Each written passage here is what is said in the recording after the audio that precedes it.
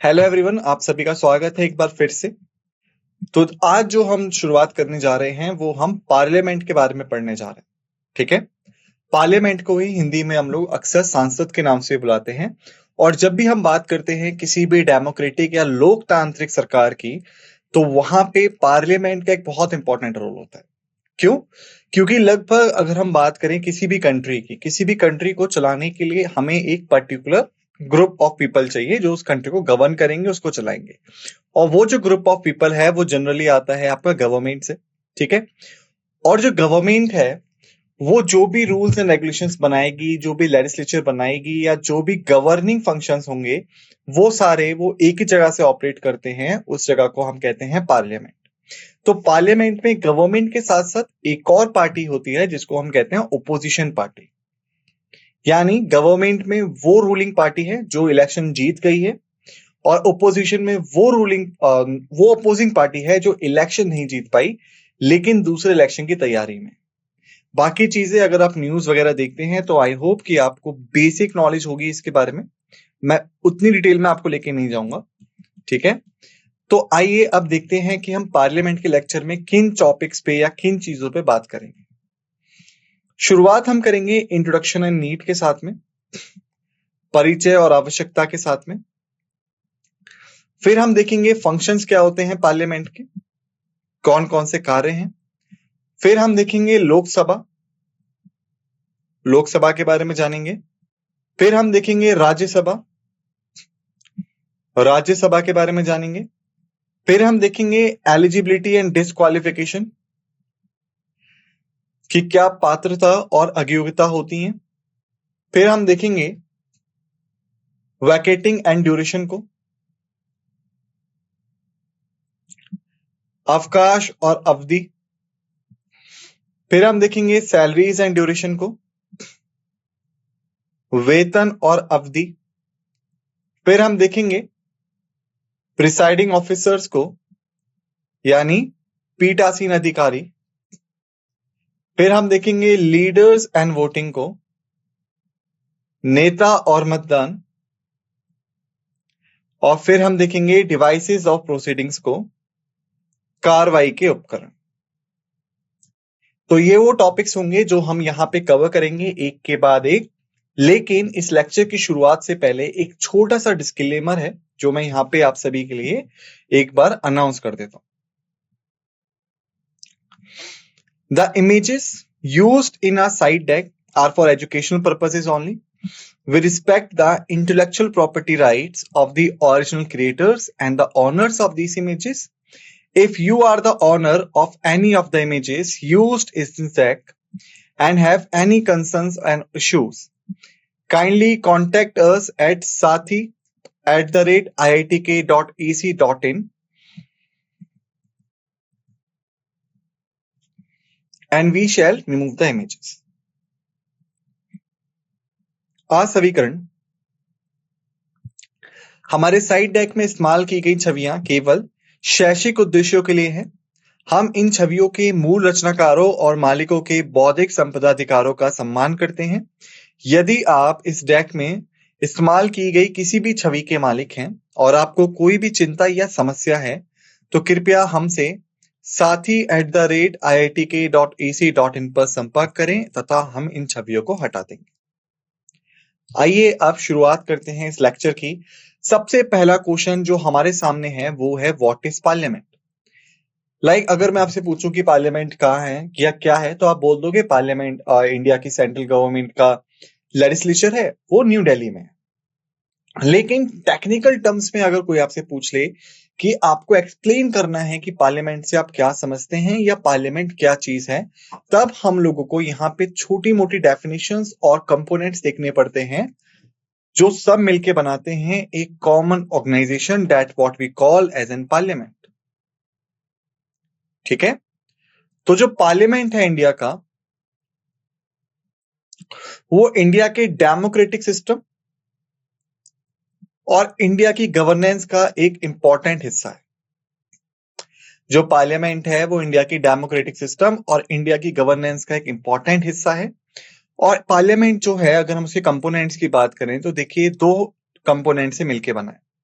Lok Sabha stands out for the house of the people, Rajya Sabha stands out for the council of states. ठीक है, और India के जितने भी लेजिस्लेशंस होते हैं उस पे शेप करने में और उन लेजिस्लेशंस को बनाने में पार्लियामेंट के इन दोनों हाउसेस का या कहीं पूरे पार्लियामेंट का एक बहुत बड़ा रोल है। ये रिप्रेजेंट करता है कंट्री की डाइवर्स पॉपुलेशन को, और जो कंट्री के डेमोक्रेटिक प्रिंसिपल्स हैं उनको कंट्री वाइज या पूरे कंट्री में इंप्लीमेंट करने की जिम्मेदारी भी कहीं ना कहीं पार्लियामेंट की होती है थ्रू पॉलिसीज एंड लेजिस्लेशन। ये जो दो चैम्बर्स हैं, यहां पे जितने भी इलेक्टेड रिप्रेजेंटेटिव्स हैं जिनको जनता ने वोट देके चुना है, वो यहां पे इकट्ठे होते हैं, मीटिंग करते हैं ताकि वो डिबेट कर सकें, डिस्कस कर सकें और फैसले ले सकें उन इश्यूज पे जिनका नेशनल सिग्निफिकेंस है या फिर इंडिया की जो वाइब्रेंट या डाइवर्स डेमोक्रेटिक स्पिरिट है वो कहीं ना कहीं यहां पे रिफ्लेक्ट होनी चाहिए। अब अगर हम बात करें पार्लियामेंट के बारे में थोड़ा सा और टेक्निकल, तो याद रखिएगा पार्लियामेंट जो है वो लेजिस्लेटिव ब्रांच है किसकी? गवर्नमेंट की। देखिए आमतौर पे जो फंक्शंस होते हैं या पावर्स होती है वो तीन हिस्सों में डिवाइडेड होती है, लेजिस्लेटिव, एग्जीक्यूटिव एंड जुडिशियल। जो आपका लेजिस्लेटिव है वो कानून बनाता है, नियम बनाता है। जो आपका एग्जीक्यूटिव है वो कानून और नियम को लागू करता है, और जो आपका जुडिशरी है वो ये चेक करता है कि किसी ने उन कानून और नियम का उल्लंघन तो नहीं किया, साथ ही साथ उन कानून और नियम्स को बनाने में जो प्रोसीजर था वो फॉलो हुआ या नहीं। ठीक है, तो इसी वजह से जो आपका पार्लियामेंट है ये सबसे पहले वाले हिस्से में आता है, यानी वो जो कि कानून और नियम बनाता है, यानी आप कह सकते हैं that is the legislative branch of the government. और जो आपके आर्टिकल्स हैं, आर्टिकल 79 टू 112 इंडियन कॉन्स्टिट्यूशन के, ठीक है, यही आर्टिकल्स आउटलाइन करते हैं पार्लियामेंट की ऑर्गेनाइजेशन कैसी होगी, उसकी कंपोजिशन कैसी होगी, उसका ड्यूरेशन क्या होगा, उसका प्रोसीजर क्या होगा, क्या क्या प्रिविलेजेस मिलेंगे, कौन कौन सी पावर्स होंगी और कौन कौन पार्लियामेंट के ऑफिसर्स होंगे। और ये जितने भी आर्टिकल्स हैं ये सभी आपके पार्ट 5 में है कॉन्स्टिट्यूशन के। ठीक है, पार्लियामेंट में सबसे पहला आता है आपका लोकसभा, जिसको हम लोअर हाउस भी कहते हैं और हाउस ऑफ द पीपल भी कहते हैं। वहीं पे दूसरा आता है आपका राज्यसभा, जिसको हम अपर हाउस कहते हैं या फिर काउंसिल ऑफ स्टेट्स भी कहते हैं। और फिर आता है आपका प्रेसिडेंट ऑफ इंडिया। यानी पार्लियामेंट के तीन भाग हैं, प्रेसिडेंट, लोकसभा और राज्यसभा। जो रूल मेकिंग पावर है वो लोकसभा और राज्यसभा के पास है, जबकि जो प्रस्ताव रूल्स के लिए देश के सामने रखे जाते हैं उस पे आखिरी मोहर, the last stamp will be from the president, आखिरी मोहर प्रेसिडेंट लगाएंगे। वहीं पे जो लीडर होगा मेजॉरिटी पार्टी का जो जीत के आई है, उसका जो लीडर होगा वही प्राइम मिनिस्टर बनेगा। ठीक है, और जो पार्लियामेंट में बाकी सारी चीजें होती हैं उनका चेयरपर्सन कौन रहेगा? प्राइम मिनिस्टर रहेगा। पार्लियामेंट समझने के बाद कि पार्लियामेंट बेसिकली क्या है, उसकी बेसिक डेफिनेशन क्या है, ये सब समझने के बाद जो नेक्स्ट क्वेश्चन हमारे सामने आता है वो ये आता है कि हमें पार्लियामेंट की जरूरत क्यों है? Why do we need a parliament? तो देखिए, इंडिया जो है वो एक डेमोक्रेटिक गवर्नमेंट है, एक लोकतांत्रिक देश है। तो उस लोकतांत्रिक गवर्नेंस को चलाने के लिए, उस डेमोक्रेटिक गवर्नेंस को चलाने के लिए जितनी भी चीजें लगती हैं, पार्लियामेंट का उसमें बहुत ही अनोखा रोल है। ठीक है, यानी कंट्री का जो पॉलिटिकल और सोशल फ्रेमवर्क है उसको बचा के रखने में पार्लियामेंट का एक बहुत ही इंपॉर्टेंट रोल है। ठीक है, जैसे पहला अगर हम देखें, पहला है हमारा लेजिस्लेशन। ठीक है, इसमें पहला आता है हमारा ड्राफ्टिंग लॉस। पार्लियामेंट जो है वो प्राइमरली रिस्पॉन्सिबल है लॉस को ड्राफ्ट करने में, डिबेट को करने में, अमेंड करने में यानी किसी भी लॉ को चेंज करने में, और उन लॉस को पास करने में जो कि नेशन को गवर्न करते हैं। ठीक है, जो लेजिस्लेटिव फंक्शंस हैं वो काफी ज्यादा क्रूशियल हैं, क्योंकि वो डिफाइन किए जाते हैं राइट्स के द्वारा, रिस्पॉन्सिबिलिटीज के द्वारा, और साथ के साथ जो जिम्मेदारियां हैं सिटीजन्स की, इंस्टीट्यूशन की, उनके द्वारा इन लॉज को डिफाइन किया जाता है। दूसरी जो चीज आती है वो आती है पॉलिसी फॉर्मुलेशन। लेजिस्लेटिव प्रोसेस के द्वारा जो पार्लियामेंट है वो कई सारी पॉलिसीज फॉर्म करता है नेशनल डेवलपमेंट के लिए, सोशल वेलफेयर के लिए, इकोनॉमिक ग्रोथ के लिए, जस्टिस को एंश्योर करने के लिए, और इक्विटी फॉर ऑल सिटीजन्स के लिए। ठीक है, ये जो पॉलिसीज हैं ये इस तरीके से डिजाइन की गई हैं ताकि कई सारे सोसाइटल चैलेंजेस को एड्रेस किया जा सके, क्वालिटी ऑफ लाइफ बढ़ाई जा सके, किसकी, जनसंख्या की, उस पॉपुलेशन की जो कि इंडिया की सिटीजन है। वहीं पे दूसरी हम बात करें रिप्रेजेंटेशन की। सबसे पहला है हमारा वॉइस ऑफ द पीपल, जनता की आवाज। जो पार्लियामेंट है वो सुप्रीम रिप्रेजेंटेटिव बॉडी है, यानी इंडिया जो है वो इनडायरेक्ट डेमोक्रेसी है, यानी लोग जो है वो डायरेक्टली नियम बनाने में भागीदार नहीं होते हैं, बल्कि इलेक्शंस के दौरान वो अपना रिप्रेजेंटेटिव चुनते हैं, और जो वो रिप्रेजेंटेटिव है जो जनता के द्वारा चुन के पार्लियामेंट में गया है, ये उसकी जिम्मेदारी होती है कि जहां से वो आया है, जिस कॉन्स्टिट्यूएंसी से वो आया है, वहां के लोगों की क्या नीड है, क्या डिमांड है, उसको पार्लियामेंट में रखना। इसीलिए इसको हम कहते हैं वॉइस ऑफ द पीपल। यानी जो इलेक्टेड मेंबर्स ऑफ पार्लियामेंट हैं, एमपीज, वो रिप्रेजेंट करते हैं डाइवर्स सोशल, कल्चरल, इकोनॉमिक और रीजनल इंटरेस्ट को, जनसंख्या के। ठीक है, उनकी जो वॉइस है और कंसर्न्स हैं, साथ के साथ जो एस्पिरेशंस हैं लोगों की, वो कहीं ना कहीं पार्लियामेंट्री डिबेट्स के थ्रू दिखती हैं, ताकि ये एंश्योर किया जा सके जो पब्लिक का ओपिनियन है और इंटरेस्ट है वो कहीं ना कहीं गवर्नमेंट के डिसीजन मेकिंग प्रोसेस में रहे। वहीं पे फिर आता है हमारे पास अकाउंटेबिलिटी। जो सांसद हैं वो काफी ज्यादा जिम्मेदार हैं इलेक्टोरेट के लिए, यानी उन लोगों के लिए जिन्होंने उसे इलेक्ट किया है। ठीक है, क्यों? क्योंकि जो भी वो पार्लियामेंट में करेंगे उन लोगों के लिए, वो ही कहीं ना कहीं उनके एक्शन, डिसीजंस और लेजिस्लेटिव एक्टिविटीज को दिखाएगा उस कॉन्स्टिट्यूएंसी में जहां से उनको चुना के भेजा गया था। ठीक है, इसी वजह से जो गवर्नमेंट है और जो लोग गवर्न किए जा रहे हैं उनके बीच का जो ट्रस्ट है वो बन सकता है। फिर आता है हमारा executive oversight, checks and balances, नियंत्रण और संतुलन। पार्लियामेंट जो है वो चेक करता है एग्जीक्यूटिव ब्रांच को, ताकि वो कंसंट्रेट ना हो जाए अपनी पावर को लेके। एग्जीक्यूटिव ब्रांच कौन होगी? वो पार्लियामेंट के मिनिस्टर्स और वो गवर्नमेंट पॉलिसीज और बॉडीज जो कि अभी प्रेजेंट गवर्नमेंट के अंडर आती है। ठीक है, क्योंकि मैंने बताया पार्लियामेंट में दो चीजें होती हैं, एक जो रूलिंग पार्टी है, एक जो अपोजिशन पार्टी है। तो रूलिंग पार्टी जिसके पास पावर है वो अपनी पावर का मिसयूज इस्तेमाल ना कर दे, वो अपनी पावर को इस तरीके से इस्तेमाल करना ना शुरू कर दे कि लोगों को बहुत ज्यादा इश्यूज आने लग जाएं या फिर उनका एक्सप्लॉयटेशन होने लग जाए।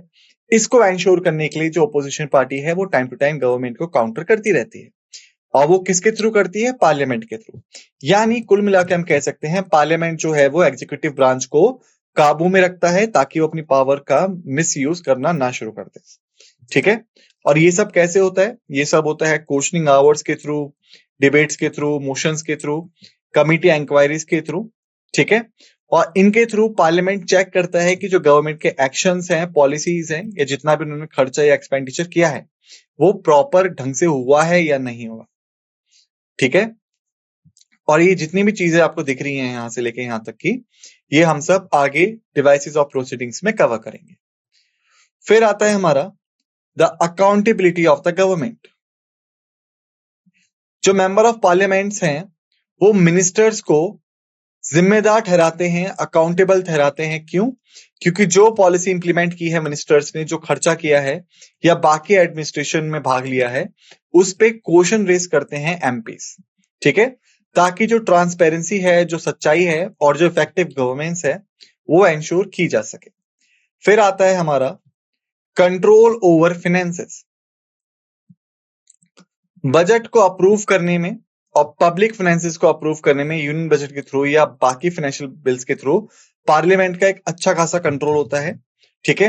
ये चेक करता है कि जो गवर्नमेंट के स्पेंडिंग प्लान्स हैं या रेवेन्यू जनरेशन प्रपोजल हैं या फिर जो फंड्स को अलॉट करना है डिफरेंट सेक्टर्स में, वो प्रॉपर तरीके से होना चाहिए। फिर हम बात करते हैं एंश्योरिंग एफिशिएंसी की। जो पार्लियामेंट है वो फिनेंसेस को देखता है, पब्लिक रिसोर्सेज को देखता है ताकि वो एफिशिएंटली और इफेक्टिवली यूज हो सके नेशनल प्रायोरिटीज के साथ ही साथ वो रोकता है किसी भी मिसयूज को या मिस अलोकेशन को फंड्स के, ताकि जो फिस्कल डिसिप्लिन है और जो फिस्कल अकाउंटेबिलिटी है वो गवर्नमेंट की तरफ से एंश्योर की जा सके। फिर आता है हमारा द फोरम फॉर डेलिब्रेशन, यानी अगर गवर्नमेंट को या अपोजिशन पार्टी को कहीं भी बैठ के विचार विमर्श करना है तो वो कहां पे होना चाहिए, तो वो जहां होता है उस जगह को हम कहते हैं पार्लियामेंट। सबसे पहला आता है हमारा नेशनल इश्यूज। पार्लियामेंट प्रोवाइड करता है प्लेटफॉर्म को डिस्कशन के लिए और डेलिब्रेटली क्रिटिकल नेशनल इश्यूज को उठाता है, पॉलिसीज को उठाता है और लेजिस्लेशंस को उठाता है ताकि उस पर डिसीजंस किए जा सके। ठीक है।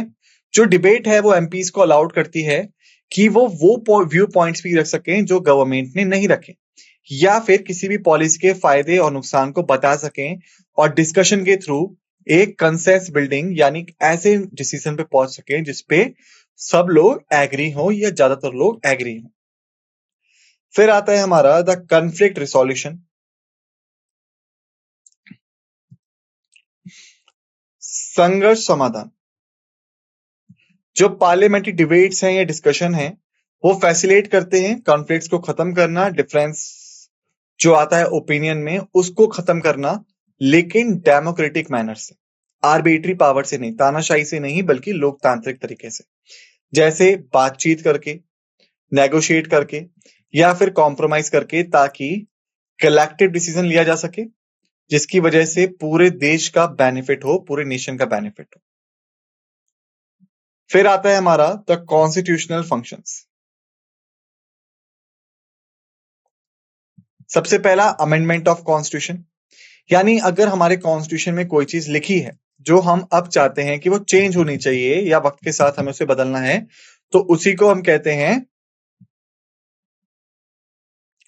अमेंडमेंट। तो यदि कॉन्स्टिट्यूशन को अमेंड करना हो तो पार्लियामेंट के पास ये अथॉरिटी है कि वो कॉन्स्टिट्यूशन को अमेंड कर सकता है सोशियो इकोनॉमिक और पॉलिटिकल रियलिटीज के थ्रू, जो कि आज के समय में है। ठीक है। यानी लोगों की बढ़ती हुई एस्पिरेशन या वैल्यूज में चेंज, या फिर वो प्रिंसिपल जो कि अभी रिक्वायरमेंट है फ्रेमवर्क और गवर्नेंस के लिए, उसके थ्रू पार्लियामेंट जो है वो अमेंडमेंट इंट्रोड्यूस कर सकता है और चीजें बदली जा सकती है। फिर आता है हमारा द फेडरल बैलेंस। पार्लियामेंट जो है फेडरल स्ट्रक्चर को बचा के रखता है। जो डिस्ट्रीब्यूशन है पावर्स का सेंट्रल गवर्नमेंट में और स्टेट गवर्नमेंट में, वो एज इट इज रहना चाहिए, ताकि जो हार्मोनियस कॉपरेशन और कोऑर्डिनेशन है रीजनल ऑटोनॉमी में और डाइवर्सिटी में पूरे देश की, वो कहीं ना कहीं एंश्योर किया जा सके। ठीक है। अब हम बात करते हैं कि पार्लियामेंट के क्या क्या फंक्शंस हैं। अब तक हमने जो बात की वो हमने बात की कि हमें पार्लियामेंट की जरूरत क्यों है। अब हम बात करेंगे कि पार्लियामेंट के क्या क्या फंक्शंस होते हैं। Functions of the parliament of India. देखिए, पहली चीज आप याद रखिएगा, जितने भी फंक्शंस हैं पार्लियामेंट ऑफ इंडिया के, वो चैप्टर 2 पार्ट 5 में डिफाइंड है। और ये कहां पे है? ये है हमारा इंडियन कॉन्स्टिट्यूशन में। ठीक है।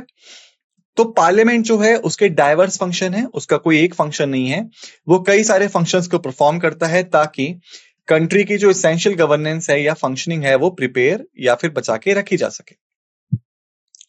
सबसे पहला आता है हमारा लेजिस्लेटिव फंक्शंस। जो यूनियन लिस्ट है उस पे पार्लियामेंट के पास एक्सक्लूसिव अथॉरिटी है कि वो कानून बना सके, और जो यूनियन लिस्ट है वो लिस्ट 1 है 7th शेड्यूल की। ठीक है। और कौन कौन से मैटर्स आते हैं यहाँ पे? डिफेंस का मैटर आता है, फॉरेन अफेयर्स का मैटर आता है, करेंसी का मैटर आता है, बैंकिंग का आता है और बाकी और मैटर्स आते हैं। उसके बाद जो कॉन्करेंट लिस्ट है जिसपे पार्लियामेंट और स्टेट लेजिस्लेचर दोनों ही कानून बना सकते हैं। तो ये है हमारी लिस्ट 3 7 शेड्यूल की। और यहाँ पे आते हैं आपके कई सारे मैटर्स, जैसे कि एजुकेशन आता है आपका, फॉरेस्ट आता है आपका, वाइल्ड लाइफ प्रोटेक्शन आ जाता है आपका, वेट्स एंड मेजर्स आते हैं, या बाकी आपकी ऑर्गेनाइजेशंस आती हैं। लेकिन इसमें एक चीज याद रखिएगा कि यूनियन और स्टेट दोनों ही इस पे लॉस बना सकते हैं, यानी केंद्र सरकार और राज्य सरकार दोनों ही इस पे कानून बना सकते हैं। लेकिन अगर दोनों के कानून के बीच में कोई भी कन्फ्लिक्ट है, तो ऐसे में जो कानून केंद्र सरकार का होगा वो ही मान्य होगा और राज्य सरकार का जो कानून होगा वो रद्द हो जाएगा। ठीक है। वहीं पे जो स्टेट लिस्ट है, जहां पे राज्य सरकारों के पास पावर होती है, वहां पे भी पार्लियामेंट कभी कभी एक्सेप्शनल सर्कमस्टांसेस में कानून बना सकता है। और ये सर्कमस्टांसेस आपके मेंशन है आर्टिकल 249, आर्टिकल 252 एंड आर्टिकल 253 में। ठीक है। और आते हैं आपके स्टेट लिस्ट में, जो कि लिस्ट सेकंड है 7 शेड्यूल की। ठीक है। और ऐसा तभी किया जाता है जब नेशनल इंटरेस्ट की बात हो, या फिर जो यूनिफॉर्मिटी है सेंट्रल और स्टेट के वर्किंग में, उसको एंश्योर करना हो। वहीं पे अगर स्टेट लेजिस्लेचर का कोई भी कानून है, उसको अगर अमेंड करना है, तो पार्लियामेंट ना सिर्फ चेंज कर सकता है बल्कि रिपील भी कर सकता है, रद्द भी कर सकता है स्टेट लेजिस्लेचर के किसी भी कानून को, अगर इसकी जरूरत महसूस होती है यूनिफॉर्मिटी के पॉइंट ऑफ व्यू से। वहीं पे हम बात करें कैबिनेट को रिमूव करने के लिए, देखिए जो भी रूलिंग पार्टी होती है उसकी अपनी कैबिनेट होती है, मंत्रिपरिषद होता है या मंत्रिमंडल भी इसको कहते हैं। अगर उसको रिमूव करना हो तो उसके लिए होता है वोट ऑफ नो कॉन्फिडेंस। यानी अगर पार्लियामेंट में या लोकसभा में mainly no confidence motion pass हो गया, ये भी हम समझेंगे डिफाइसेस ऑफ प्रोसीडिंग्स में, तो ये मान लिया जाता है जो रूलिंग पार्टी है उसने अपनी मेजोरिटी खो दी है, और डेमोक्रेसी में सिर्फ वही कानून बना सकता है, वही सरकार बना सकता है जिसके पास मेजोरिटी। यानी जो सरकार है वो ऑटोमेटिकली रद्द हो जाएगी, ऑटोमेटिकली गिर जाएगी। ठीक है। तो ये एंश्योर करता है जवाबदेही या अकाउंटेबिलिटी। जो लोकसभा है वो काउंसिल ऑफ मिनिस्टर्स को रिमूव कर सकता है by passing of no confidence motion, जिससे कि एग्जीक्यूटिव जो अकाउंटेबिलिटी है, जो सांसदों का काम करने का तरीका है, वो कहीं ना कहीं कंट्रोल में रहे। वहीं पे अपोजिंग ऑफ फाइनेंशियल बिल्स की अगर हम बात करें, देखिए पार्लियामेंट जो है वो चेक करता है और डिबेट करता है फाइनेंशियल बिल्स पे, जो कि गवर्नमेंट के पास होते हैं और साथ ही साथ यूनियन बजट में इंक्लूड होते हैं। ठीक है। इसी के साथ साथ जो मनी बिल्स हैं, जिसके थ्रू इंडिया के फंड में से पैसे निकाले जा सकते हैं, वो दोनों हाउसेस, लोकसभा राज्यसभा, दोनों से ही अप्रूव होना चाहिए। और ये एंश्योर करता है कि जो गवर्नमेंट का खर्चा है या फाइनेंस को मैनेजमेंट करने का तरीका है वो एकदम ऑथेंटिकेट होना चाहिए। वहीं पे फिर हम बात करते हैं एडजमेंट मोशन की। तो देखिए सबसे पहला है इमरजेंसी डिबेट्स। जो आपके सांसद हैं वो अर्जेंटमेंट मोशंस को खड़ा कर सकते हैं, कब? जब भी कोई अर्जेंट मैटर हो या पब्लिक इमरजेंसी हो, जिसकी वजह से क्या होता है कि जो पार्लियामेंट की प्रोसीडिंग्स हैं वो तुरंत उसी मैटर पे डाइवर्ट हो जाएंगी, ताकि जो इमीडिएट एक्शन है या जो डेलिब्रेशन है वो लिया जा सके। वहीं पे फिर आता है हमारा कमेटी अपॉइंटमेंट। जितने भी पार्लियामेंट में चीजें होती हैं उनको कहीं ना कोई कमेटी जरूर चेक करती है। जैसे कुछ मेन कमिटीज हैं, public account committee PAC, estimates committee. ये दो मेन कमिटीज हैं जो कि गवर्नमेंट डिपार्टमेंट्स को देखती हैं, उनके एडमिनिस्ट्रेशन को और उनके पॉलिसी इंप्लीमेंटेशन को। फिर आता है हमारा मिनिस्ट्रियल रिस्पॉन्सिबिलिटी, मंत्री पद का दायित्व। जो मिनिस्टर्स हैं वो कलेक्टिवली और इंडिविजुअल रिस्पॉन्सिबल हैं पार्लियामेंट के लिए, यानी उनके एक्शंस, उनके डिसीजन और उनके पॉलिसीज पे पार्लियामेंट में सवाल खड़े किए जा सकते हैं। वहीं पे फिर हम बात करते हैं फाइनेंशियल फंक्शंस की। तो देखिए सबसे पहला आता है हमारा टैक्स अप्रूवल। इसमें आता है हमारा लेजिस्लेटिव ओवरसाइट। पार्लियामेंट जो है उसको जरूर अप्रूव करना होगा किसी भी चेंज को या किसी भी नए टैक्स के इंपोजिशन को, ताकि जो ट्रांसपेरेंसी है और अकाउंटेबिलिटी है फिस्कल पॉलिसी में गवर्नमेंट की, वो एंश्योर की जा सके। देन हमारा आता है यूनियन बजट। देखिए, जो यूनियन बजट है वो दर्शाता है कि सरकार जो है वो एक साल में, एक फाइनेंशियल ईयर में कितना पैसा खर्च करेगी और कितना कमाएगी। ठीक है, तो इसको प्रेजेंट कौन करता है? इसको कैबिनेट प्रेजेंट करता है। और कैबिनेट से कौन प्रेजेंट करता है? वित्त मंत्री, या फिर यूं कहा जाए फाइनेंस मिनिस्टर। ठीक है, इसको प्रेजेंट क्या किया जाता है? इसको प्रेजेंट किया जाता है पार्लियामेंट के सामने, और पार्लियामेंट अगर अप्रूव देता है तो ही वो प्लान पास हो सकता है, नहीं तो वो प्लान पास नहीं होता है। ठीक है,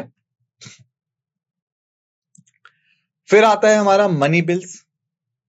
देखिए, मनी बिल्स आता है आपका स्पेशल लेजिस्लेटिव कैटेगरीज में। क्यों? क्योंकि जो मनी बिल है उसके नाम में ही मनी आपको दिखेगा, यानी हम कह सकते हैं कि ये सिर्फ और सिर्फ फिजिकल मैटर्स में ही डील करता है, जो कि आपके सिर्फ लोकसभा में इंट्रोड्यूस किए जा सकते हैं। ठीक है, और जो आपका लोकसभा है उसका अप्रूवल जरूरी है, तब जाके ही ये जो बिल है ये पास होगा। ठीक है, वहीं पे फिर हम बात करते हैं एक्सपेंडिचर ओवरसाइट की। ठीक है, कमिटी मॉनिटरिंग, जो पब्लिक अकाउंट कमेटी है या एस्टिमेट कमेटी है, वो ये चेकआउट करती है कि जो गवर्नमेंट का एक्सपेंडिचर है क्या वो वैलिड है, जितना गवर्नमेंट दिखा रही है, ताकि जो फंड्स हैं उनको अच्छे से इस्तेमाल किया जा सके पार्लियामेंट के द्वारा। ठीक है, ना कि गवर्नमेंट उसको गलत तरीके से इस्तेमाल करना शुरू कर दे। देन अगर हम बात करें इलेक्टोरल फंक्शन की, तो जो प्रेसिडेंशियल है और वाइस प्रेसिडेंशियल के इलेक्शंस हैं वो कैसे होते हैं? देखिए, सबसे पहले हम बात करेंगे इलेक्टोरल रोल की। दोनों हाउस जो है पार्लियामेंट के, साथ के साथ जो आपकी स्टेट लेजिस्लेटिव असेंबलीज हैं, वो कहीं ना कहीं पार्टिसिपेट करती हैं प्रेसिडेंट के इलेक्शंस में या वाइस प्रेसिडेंट ऑफ इंडिया के इलेक्शंस में। वहीं पे अगर हम बात करें रिमूविंग ऑफ द प्रेसिडेंट की, यानी अगर राष्ट्रपति को हटाना हो, तो इसके लिए सबसे पहला आता है हमारा इम्पीचमेंट प्रोसेस। देखिए, जो पार्लियामेंट है वो प्रेसिडेंट को इम्पीच कर सकता है अगर वो कॉन्स्टिट्यूशन के प्रोविजंस को वायलेट करे या फिर कोई बहुत ही बड़ा मिसकंडक्ट क्रिएट कर दे। ठीक है, और ये जो प्रोसेस है ये स्पेसिफिक रिजोल्यूशन को इंक्लूड करता है, जो कि राज्यसभा के द्वारा पास किया जाता है और लोकसभा भी उस पर एग्रीड होनी चाहिए। ठीक है, वहीं पे फिर हम बात करते हैं इनकी अमेंडिंग पावर्स की। अमेंडमेंट क्या होता है मैं आपको समझा चुका हूं कि मान लीजिए अगर किसी भी पार्लियामेंट प्रोविजन में, या सॉरी किसी भी कॉन्स्टिट्यूशनल प्रोविजन में अगर कई सारी चीजें मेंशन है, ठीक है, जिसमें से कुछ चीजों में या तो हमें बदलाव चाहिए या वो चीजें आज के समय में इंप्लीमेंटेबल नहीं है, तो ऐसे में उसको चेंज करने के लिए जो हम प्रोसेस करते हैं उसी को हम कहते हैं क्या? Amendment of the Indian constitution. ठीक है, और ये जो अमेंडमेंट होता है आपका इंडियन कॉन्स्टिट्यूशन का, उसको कौन कर सकता है? उसको सिर्फ पार्लियामेंट कर सकता है। याद रखिएगा, सिर्फ और सिर्फ जो आपका पार्लियामेंट है वो ही इसको कर सकता है। आपका जो स्टेट लेजिस्लेचर है उसके पास कोई पावर नहीं होती इसको अमेंड करने की या फिर इसको बदलने की। ठीक है, तो यदि अगर हम बात करें अब कॉन्स्टिट्यूशनल अमेंडमेंट्स की, देखिए सबसे पहला आता है आपका स्पेशल प्रोसीजर है। जो कॉन्स्टिट्यूशन का अमेंडमेंट है वो दोनों हाउसेस से, लोकसभा और राज्यसभा से अप्रूव होना चाहिए through majority of state legislatures. ठीक है, साथ के साथ ये इंश्योर करता है कि एक रिगरस प्रोसेस हो, एक कठोर प्रोसेस हो, ताकि कॉन्स्टिट्यूशन को इजीली अमेंड ना किया जा सके, ताकि जो अकाउंटेबिलिटी है गवर्नमेंट की और बाकी पार्टीज की वो इंश्योर की जा सके। फिर आता है हमारा जुडिशियल फंक्शंस। जुडिशियल फंक्शंस की अगर हम बात करें, पहला आता है हमारा रिमूविंग ऑफ जजेस को हटाना। तो देखिए इसमें आता है आपका जुडिशियल अकाउंटेबिलिटी। जो पार्लियामेंट है वो इंपीचमेंट प्रोसेस को इनिशिएट कर सकता है किसी भी सुप्रीम कोर्ट और हाई कोर्ट के जज को हटाने के लिए, अगर ये प्रूव हो जाए कि उन्होंने कोई मिसकंडक्ट किया है या फिर वो नाकाबिल हैं अब जुडिशरी को झेलने के लिए। और ये इंश्योर करता है कि जो जुडिशरी है वो भी अपने एक्शंस के लिए जिम्मेदार हो। वहीं पे अगर हम बात करें मेंबर्स की, जो पार्लियामेंट के मेंबर्स हैं उनको भी दंडित किया जा सकता है पार्लियामेंट के द्वारा। कैसे? अगर वो प्रिविलेज कर दें प्रोसीडिंग्स को। ठीक है, पार्लियामेंट के पास अथॉरिटी है ये एंश्योर करने के लिए कि जो मेंबर्स हैं वो पार्लियामेंट्री प्रिविलेजेस और नॉर्म्स को ब्रीच ना करें, गलत तरीके से इस्तेमाल ना करें। ठीक है, ताकि जो अकाउंटेबिलिटी है उन रिप्रेजेंटेटिव्स की जो कि चुनाव जीत के पार्लियामेंट के अंदर गए हैं, वो पार्लियामेंट की गरिमा को बचा के रखें। अगर हम बात करें अदर फंक्शंस की, बाकी क्या फंक्शंस होते हैं? पहला आ गया हमारा alerting state boundaries, altering sorry. देखिए, अगर हम बात करें इंडिया की स्टेट बाउंड्रीज की, तो हम जानते हैं कि जितनी भी इंडिया की स्टेट बाउंड्रीज हैं उनका नाम, उनका टेरिटोरियल एक्सटेंट और बाकी चीजें, ये सभी मेंशन है कहां पे? आपके पार्ट 1 में, जो कि आपका स्टैंड करता है यूनियन एंड इट्स टेरिटरीज के लिए, और आर्टिकल 1 टू आर्टिकल 4 है। अगर हमें किसी भी स्टेट की बाउंड्री चेंज करनी है, बढ़ानी है, घटानी है या कुछ भी करना है, तो वो हमें पार्लियामेंट में करना होगा। क्यों? क्योंकि पार्लियामेंट नेशनल मैटर्स को देखता है। ठीक है, इसमें आता है हमारा एडमिनिस्ट्रेटिव फ्लेक्सिबिलिटी। तो हम कह सकते हैं पार्लियामेंट जो है वो चेंज कर सकता है किसी भी स्टेट और यूनियन टेरिटरीज की बाउंड्रीज को, अकोमोडेट कर सकता है चेंजेस को पॉपुलेशन में, एडमिनिस्ट्रेटिव एफिशिएंसी के लिए और ज्योग्राफिकल या जियोपॉलिटिकल कंसिडरेशन के लिए। ठीक है, वहीं पे हम बात करते हैं नेशनल और इंटरनेशनल इश्यूज की। देखिए, इस पे आता है हमारा पॉलिसी डिबेट्स। पार्लियामेंट जो है वो डिस्कस करता है और डिसाइड करता है कई सारे मैटर्स पे जो कि नेशनल और इंटरनेशनल इंपॉर्टेंस को बढ़ावा देते हैं, डिबेट्स के थ्रू, रिसोल्यूशंस के थ्रू और लेजिस्लेटिव एक्शंस के थ्रू, ताकि जो इंडिया की पॉलिसीज हैं या डिप्लोमेटिक एंगेजमेंट्स हैं वो एंश्योर की जा सके। फिर हम बात करते हैं कंपोजिशन ऑफ राज्यसभा की। देखिए, राज्यसभा जो है वो अपर हाउस है, उसके पास 250 मेंबर्स की कैपेसिटी है।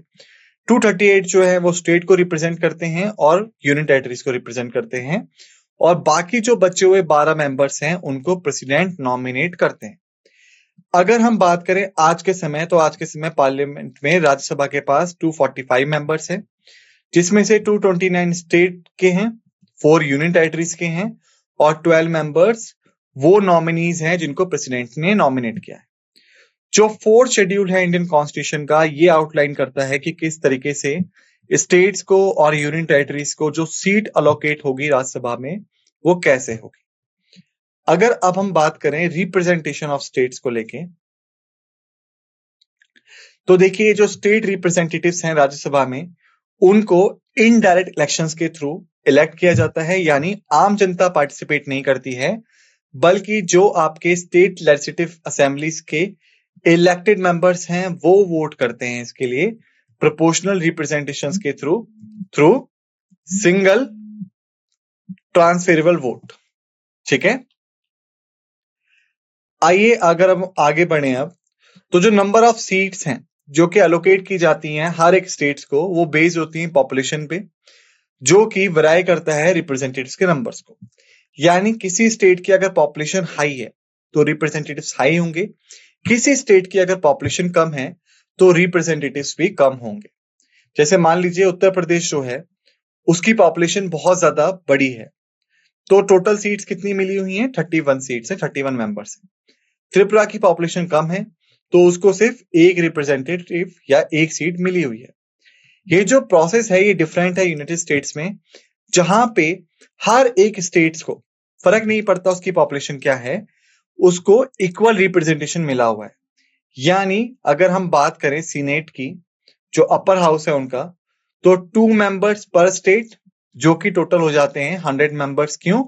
क्योंकि यूएसए में 50 स्टेट्स हैं, तो 2 into 50 इक्वल टू 100। वहीं पे अब हम बात करें रिप्रेजेंटेशन ऑफ यूनियन टेरिटरीज की, तो देखिए जो आपकी यूनियन टेरिटरीज हैं उनका जो रिप्रेजेंटेशन होता है राज्यसभा में, वो भी इनडायरेक्ट इलेक्शन के थ्रू होता है, जो कि मेंबर्स होते हैं इलेक्टोरल कॉलेज के, जो कि इसी चीज के लिए बनाया जाता है। वो ही सिलेक्ट करते हैं मेंबर्स को थ्रू प्रोपोर्शनल रिप्रेजेंटेशन और सिंगल ट्रांसफेरेबल वोट के थ्रू। तो जितनी भी 9 यूनियन टेरिटरीज हैं उसमें से सिर्फ दिल्ली, पुडुचेरी और जम्मू एंड कश्मीर, ये 3 टेरिटरीज हैं जिनका रिप्रेजेंटेशन आपको देखने को मिलेगा राज्यसभा में। क्यों? क्योंकि बाकी की जो 6 यूनियन टेरिटरीज हैं वो डायरेक्टली सेंट्रल गवर्नमेंट के थ्रू गवर्न की जाती। ठीक है?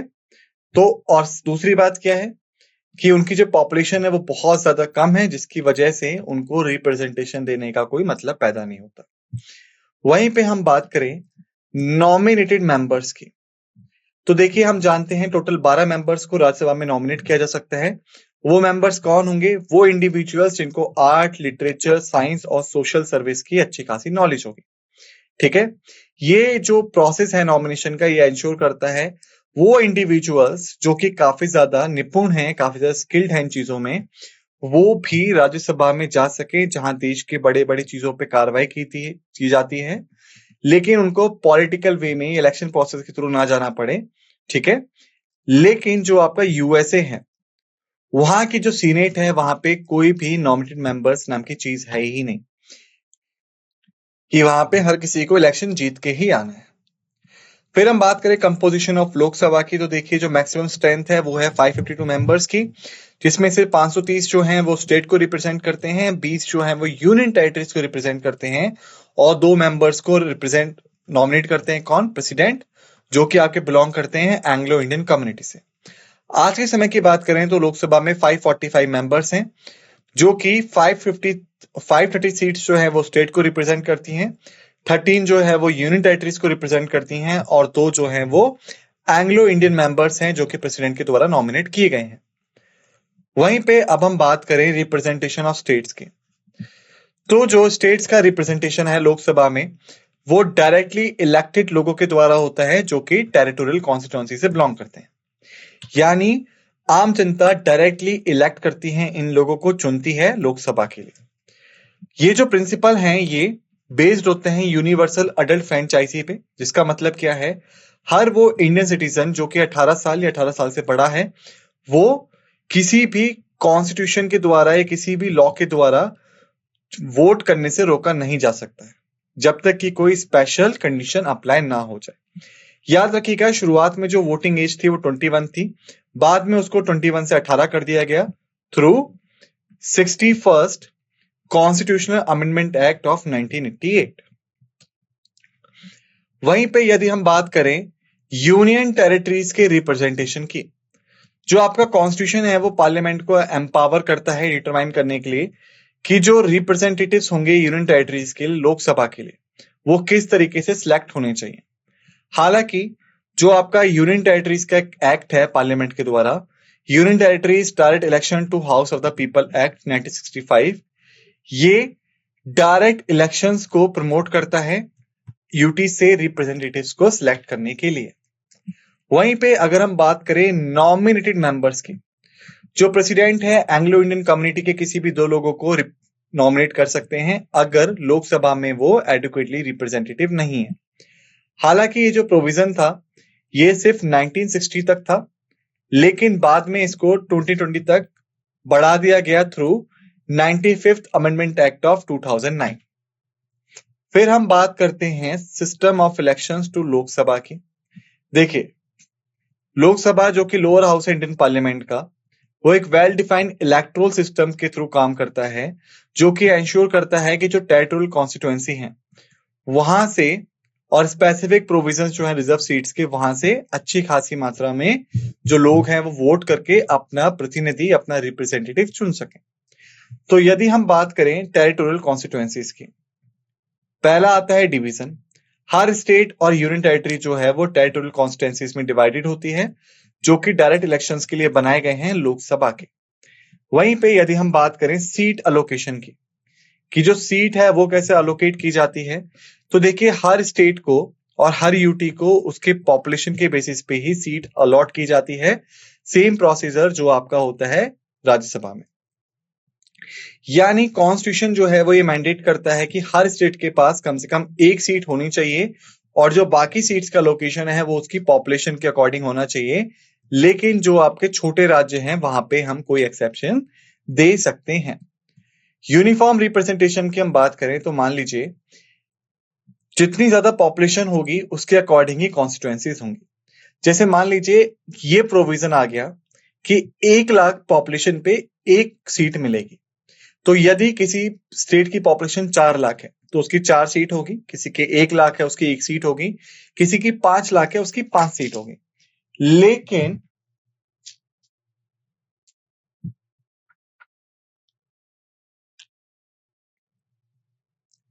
लेकिन आप देखेंगे कि जो सीट एलोकेशन का तरीका है पॉपुलेशन के अकॉर्डिंग सीट डिफाइन करने का, ये यूनिफॉर्म, ठीक है, इसमें कोई चेंज नहीं है।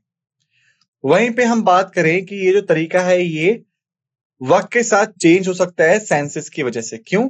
क्योंकि देखिए सेंसस जो है वो किया जाता है ताकि पता चल सके पॉपुलेशन की डेमोग्राफिक क्या है। अगर पॉपुलेशन किसी स्टेट की बढ़ गई है, जैसे मान लीजिए जब उसकी सीट एलोकेशन की गई थी तब उसकी पॉपुलेशन 3 लाख की थी, यानी उसको 3 सीट दे दी गई, लेकिन वक्त के साथ साथ जो पॉपुलेशन है वो अब 5 लाख हो चुकी है। तो इसके अकॉर्डिंग देखा जाए तो जो सीट है वो बढ़नी चाहिए, और वो कब बढ़ेगी? जब हमें पता चलेगा पॉपुलेशन बढ़ गई। और पॉपुलेशन बढ़ने का पता कैसे चलता है? सेंसस के थ्रू, ठीक है। तो हर सेंसस के बाद जो नंबर ऑफ सीट्स हैं जो कि स्टेट्स को दी गई हैं और जो कॉन्स्टिट्यूएंसीज की बाउंड्रीज हैं उसको रीएडजस्ट किया जाता है as per the changes in the population. वहीं पे फिर आता है हमारा डीलिमिटेशन एक्ट। जो पार्लियामेंट है वो डीलिमिटेशन एक्ट को पास कर सकता है फैसिलिटेट करने के लिए उन प्रोसेस को जो कि कॉन्स्टिट्यूएंसीज की बाउंड्रीज के लिए चाहिए, ताकि जो नंबर ऑफ सीट्स हैं हर स्टेट में वो लेटेस्ट पॉपुलेशन या लेटेस्ट सेंसस डेटा पे बेस हो। वहीं पे फिर आता है हमारा फ्रीजिंग ऑफ सीट्स। जो सीट एलोकेशन की फ्रीजिंग है वो 2026 तक के लिए है, उसको एक्सटेंड कर दिया गया कॉन्स्टिट्यूशन अमेंडमेंट के द्वारा। यानी मान लीजिए कि कोई भी सेंसस हो, कितनी पॉपुलेशन चेंज हो जाए, लेकिन जो सीट एलोकेशन है वो एक प्रॉपर वे में हो, इसके लिए इस प्रोविजन को लाया गया था। वहीं फिर हम बात करें रिजर्वेशन ऑफ सीट्स की शेड्यूल कास्ट और शेड्यूल ट्राइब्स के लिए, तो जो उनकी प्रोपोर्शन होता है पॉपुलेशन का हर स्टेट और यूनियन टेरिटरी में, उसके अकॉर्डिंग ही उनकी सीट्स को प्रिजर्व कर दिया जाता है, संभाल के रख दिया जाता है। वहीं पे हम बात करें एक्सटेंशन की, ओरिजिनली जो है इसको हमने 10 साल के लिए इंट्रोड्यूस किया था, ठीक है, लेकिन वक्त के साथ साथ हमने इसको बढ़ाना शुरू कर दिया है और अभी हमने कॉन्स्टिट्यूशन अमेंडमेंट के थ्रू इस रिजर्वेशन ऑफ सीट को 2030 तक के लिए और बढ़ा दिया है। वही हम बात करें कि इलेक्शन प्रोसेस क्या है इनका, तो देखिए रिजर्व सीट्स के लिए जो कैंडिडेट लड़ रहा है जो कि SC एंड ST से बिलोंग करता है, उसको जो वोट देने वाले लोग होंगे उस कॉन्स्टिट्यूएंसी के, वो किसी भी कास्ट के या किसी भी ग्रुप के हो सकते हैं। ऐसा जरूरी नहीं है कि वो एक पर्टिकुलर एरिया से ही हो, ठीक है। यानी जो सेपरेट इलेक्ट्रोड का आइडिया है वो कहीं ना कहीं रुक जाए, रिफ्लेक्ट ना हो। यानी जो लोग हैं उनके बीच का सोशल गैप नहीं बढ़ना चाहिए, बल्कि जो रिप्रेजेंटेशन है सोशल ग्रुप्स का वो एंश्योर होना चाहिए। वहीं पे हम बात करते हैं first pass the post system की। देखिए इसमें हम कह सकते हैं जो इलेक्शंस हैं वो सिंगल मेंबर कॉन्स्टिट्यूएंसी से किए जाते हैं, जहां पे जो कॉन्स्टिट्यूएंसी है वो किसी भी एक इंसान को चुन के लोकसभा भेज सकती है। यानी जिसके पास हाईएस्ट नंबर ऑफ वोट्स होंगे वो ही विजेता माना जाएगा, ठीक है। वहीं पे फिर आता है हमारा प्रोपोर्शनल रिप्रेजेंटेशन। इंडिया ने प्रोपोर्शनल रिप्रेजेंटेशन को अभी तक एक्सेप्ट नहीं किया है। क्यों? क्योंकि इंडियन सोसाइटी बहुत ज्यादा कॉम्प्लेक्स है और जो पॉलिटिकल इंस्टेबिलिटी है वो बढ़ सकती है। प्रोपोर्शनल रिप्रेजेंटेशन में क्या होता है, यानी जितनी भी पॉपुलेशन है वहां से हर एक बंदे को चुन के पार्लियामेंट में भेज दिया जाए। लेकिन इंडिया में क्या सिस्टम चलता है? First pass the post system. इसका मतलब क्या हुआ? यानी जो सबसे ज्यादा वोट जीतेगा वो पार्लियामेंट में जाएगा और जो सबसे ज्यादा वोट नहीं जीतेगा वो पार्लियामेंट में नहीं जाएगा। सिंपल सी कैलकुलेशन ये है। फिर हम बात करें एडवांटेजेस क्या है प्रोपोर्शनल रिप्रेजेंटेशन कंसिडरेशन की। देखिए जो माइनॉरिटी ग्रुप्स हैं, जिनको ज्यादा वोट्स नहीं मिले हैं, जिनके ज्यादा रिप्रेजेंटेटिव्स नहीं हैं, उनको भी सपोर्ट मिल जाता है कि वो भी पार्लियामेंट में अपने आप को रिप्रेजेंट कर सकें, ताकि उनको भी इंक्लूसिव किया जा सके। लेकिन दूसरी तरफ यदि हम डिसएडवांटेज को देखें, कि इसका क्या डिसएडवांटेजेस हो सकते हैं। देखिए, इसको इम्प्लीमेंट करना मुश्किल हो सकता है और उसको मैनेज करना भी मुश्किल हो सकता है। जो पॉलिटिकल फ्रैगमेंटेशन है और कोएलिशन है गवर्नमेंट का, वो बिगड़ सकता है, इसलिए हम इसको अप्लाई नहीं करते। वहीं पे हम बात करें membership of parliament of India की, तो आपका जो कॉन्स्टिट्यूशन है, जो कंसिस्ट करता है 3 कंपोनेंट्स को, प्रेसिडेंट, लोकसभा और राज्यसभा को, ठीक है। ये इनकी मेंबरशिप कैसे होती है, आइए इसको एक बार देख लेते हैं, समझ लेते हैं। सबसे पहला आता है हमारा लोकसभा। जो आपका लोकसभा है उसकी कंपोजिशन हम पढ़ चुके हैं अभी अभी, ठीक है। वहीं पे जो प्रेसिडेंट है वो भी 2 लोगों को नॉमिनेट कर सकता है एंग्लो इंडियन कम्युनिटी से, अगर वो एडुकेटली प्रेजेंटेड नहीं है। अगर हम बात करें कि क्या एलिजिबिलिटी क्राइटेरिया होना चाहिए, पहली चीज इंडियन सिटीजन होनी चाहिए, दूसरी चीज लगभग कम से कम 25 साल के होनी चाहिए, और इलेक्टोरल एलिजिबिलिटी की अगर हम बात करें तो किसी भी इलेक्टोरल में किसी भी पार्लियामेंट्री कॉन्स्टिट्यूएंसी के लिए वो रजिस्टर्ड होने चाहिए। वहीं पे लोकसभा के जो लोग हैं वो डायरेक्टली इलेक्ट किए जाते हैं लोगों के द्वारा हर 5 साल में, ठीक है। वहीं पे यदि अगर हम बात करें अब राज्यसभा की, हमें इसकी स्ट्रेंथ पता है, ठीक है। हमें पता है कि लोग जो हैं वो डायरेक्टली रिप्रेजेंटेटिव नहीं होते हैं, यानी आम जनता उनको डायरेक्टली नहीं चुनती है, बल्कि जो आम जनता द्वारा चुने हुए लोग हैं, जो कि राज्य की विधानसभा में बैठे हैं, लेजिस्लेटिव असेंबली में बैठे हैं, यूनियन टेरिटरीज की लेजिस्लेटिव असेंबली में बैठे हैं, वो वोट करते हैं इन लोगों के लिए, ठीक है। नॉमिनेटेड मेंबर्स, हमें पता है कि 12 लोगों को प्रेसिडेंट नॉमिनेट कर सकते हैं, जिनके पास लिटरेचर, साइंस, आर्ट और सोशल सर्विस की अच्छी खासी नॉलेज हो। एलिजिबिलिटी क्राइटेरिया की बात करें, इंडियन सिटीजन होने चाहिए, 30 साल के होने चाहिए, और किसी भी इलेक्टोरल के लिए रजिस्टर्ड होने चाहिए किसी भी पार्लियामेंट्री कॉन्स्टिट्यूएंसी में, ठीक है। रोल हमें पता ही है, स्टेट्स को और यूनियन टेरिटरीज को रिप्रेजेंट करते हैं पार्लियामेंट में, और बाकी चीजें हम देख ही चुके। फिर हम बात करें यदि एलिजिबिलिटी क्राइटेरिया की, कि क्या एलिजिबिलिटी क्राइटेरिया है पार्लियामेंट के मेंबर का। सबसे पहला क्राइटेरिया है कि सभी मेंबर जो है पार्लियामेंट के वो भारत के ही नागरिक होने चाहिए, यानी यह इंश्योर करता है सिर्फ इंटरनेशनल्स को ही इंडिया की लेजिस्लेटिव प्रोसेस में और डिसीजन मेकिंग प्रोसेस में पार्टिसिपेट करने का मौका मिले। एज रिक्वायरमेंट्स की अगर हम बात करें, लोकसभा के लिए मिनिमम एज कितनी होनी चाहिए, 25, राज्यसभा के लिए कितनी होनी चाहिए, 30। इलेक्टोरल एलिजिबिलिटी की बात करें तो दोनों ही केसेस में जो मेंबर्स हैं जो इलेक्शंस के लिए लड़ रहे हैं वो रजिस्टर होने चाहिए किसी भी इलेक्टोरल में किसी भी पार्लियामेंट्री कॉन्स्टिट्यूंसी के लिए, ठीक है। तो ये जो रिक्वायरमेंट है ये इंश्योर करता है कि जो मेंबर्स हैं उनका डायरेक्ट इलेक्शन होना चाहिए उन इलेक्टोरल से जहां से वो चुन के आए हैं, जिसकी वजह से जिन लोगों ने उनको चुन के यहां भेजा है उनके प्रति उनकी जिम्मेदारी बनी रहे।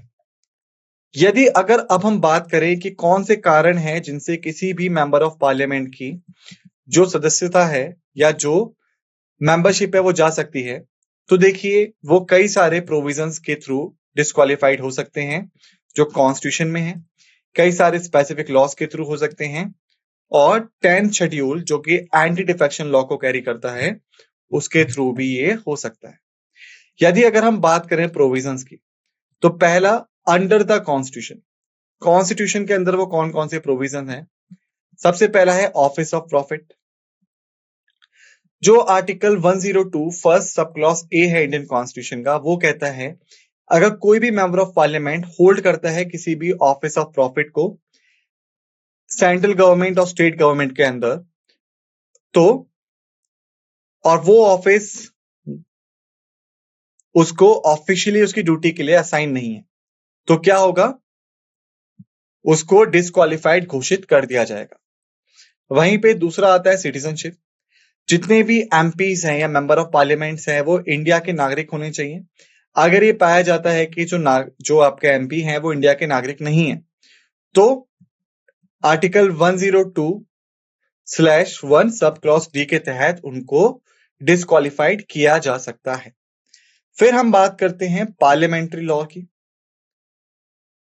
देखिए जो मेंबर्स हैं वो डिस्क्वालिफाइड हो सकते हैं किसी भी लॉ के थ्रू जो कि पार्लियामेंट के अंडर बनाया गया है। ये इंश्योर करता है फ्लेक्सिबिलिटी पार्लियामेंट को, ताकि वो डिस्क्वालिफिकेशन के रिगार्डिंग बाकी चीजें कर सकें, जो कि उसकी एक्सप्लिसिटी को मेंशन करता है कॉन्स्टिट्यूशन में। फिर हम बात करते हैं representation of the people act 1951 की। सबसे पहला आता है हमारा क्रिमिनल कन्वेक्शन।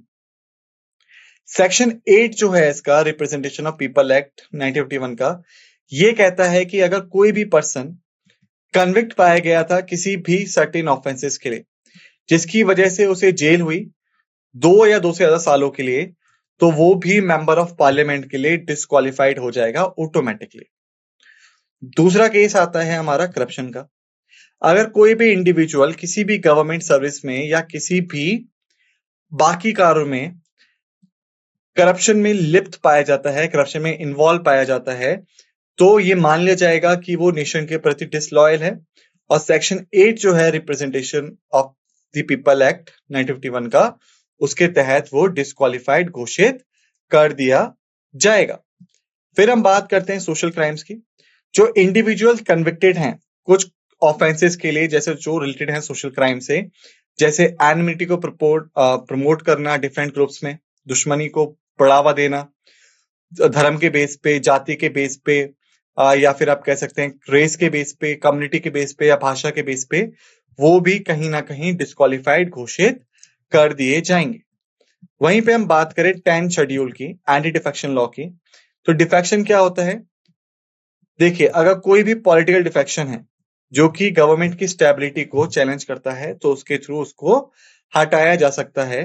साथ ही साथ किसी भी एमपी को डिस्क्वालिफाइड घोषित किया जाता है अगर उसने वॉलंटरी अपने आप से ही मेंबरशिप छोड़ दी है किसी भी पॉलिटिकल पार्टी की, या फिर उसकी पार्टी ने उसको बोला था कि आप पार्लियामेंट में आइएगा, वोटिंग होनी है, लेकिन वो नहीं आया, या फिर उसने चुनाव लड़ा एबीसी पार्टी से, लेकिन चुनाव जीतने के बाद जब वो लोकसभा पहुंचा या पार्लियामेंट पहुंचा तो उसने ज्वाइन कर ली पार्टी XYZ, तो भी वो डिस्क्वालिफाइड हो जाएगा।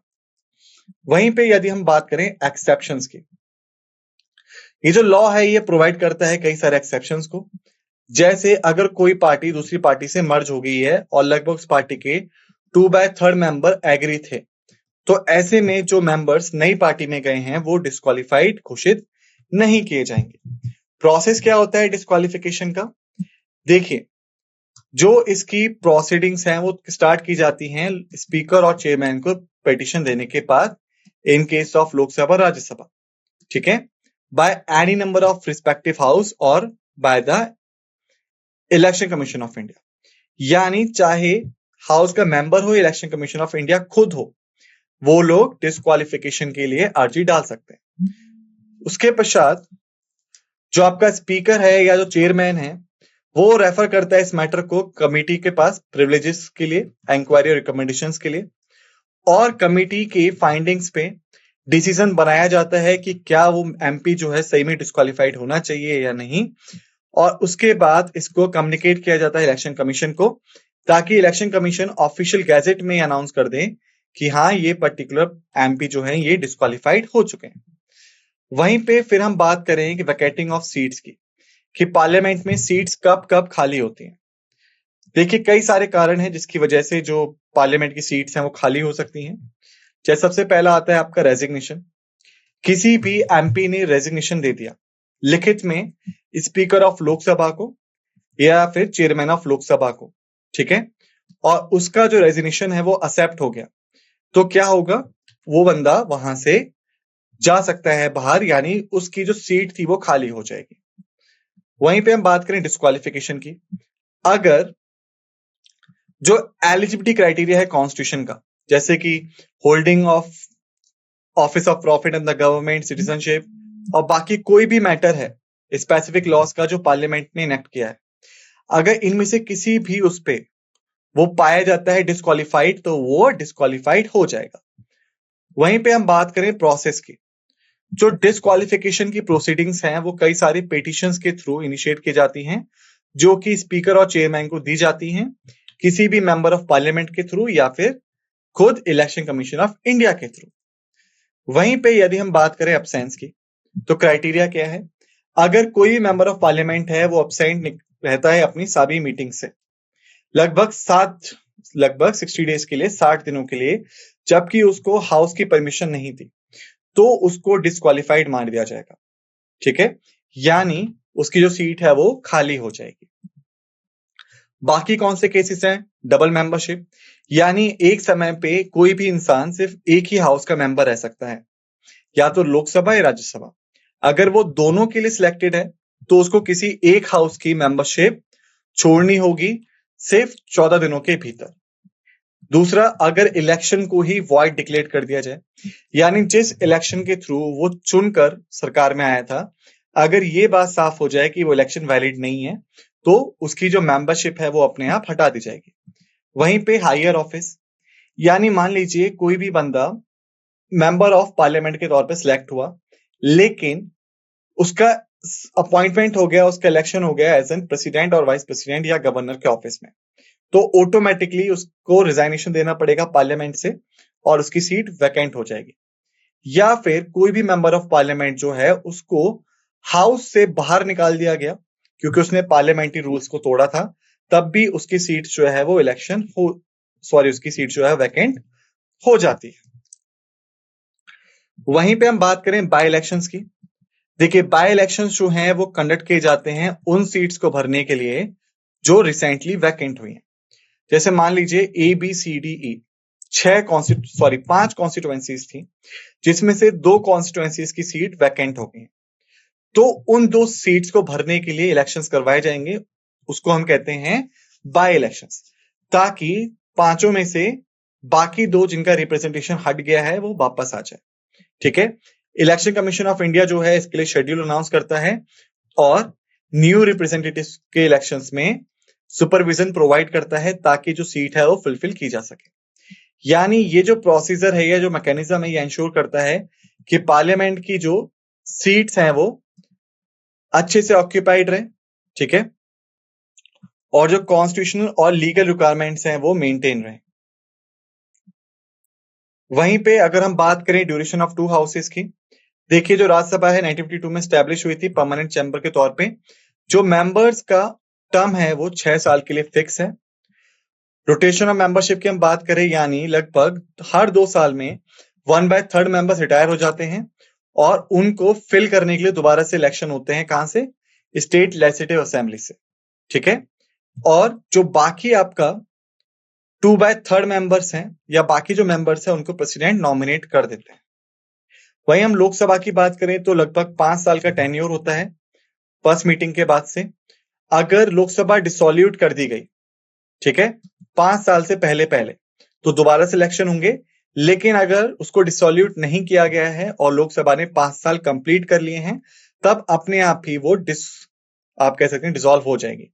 ठीक है, जो प्रेसिडेंट ऑफ इंडिया है वो प्राइम मिनिस्टर की एडवाइस पे 5 साल पूरे होने से पहले भी लोकसभा को डिसोल्यूट कर सकते हैं।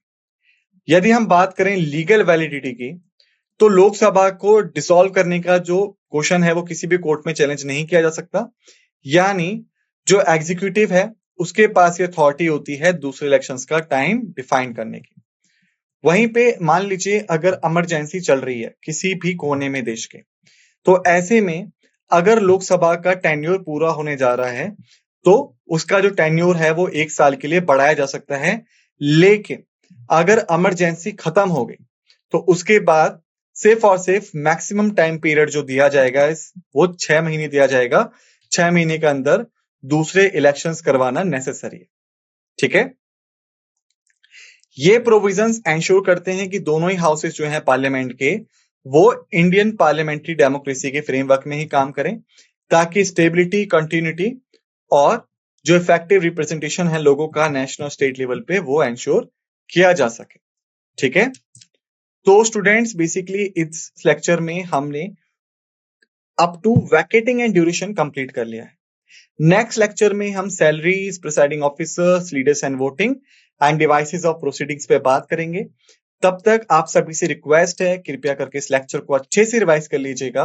ठीक है, मिलते हैं नेक्स्ट लेक्चर में। इसी के साथ आप सभी का धन्यवाद।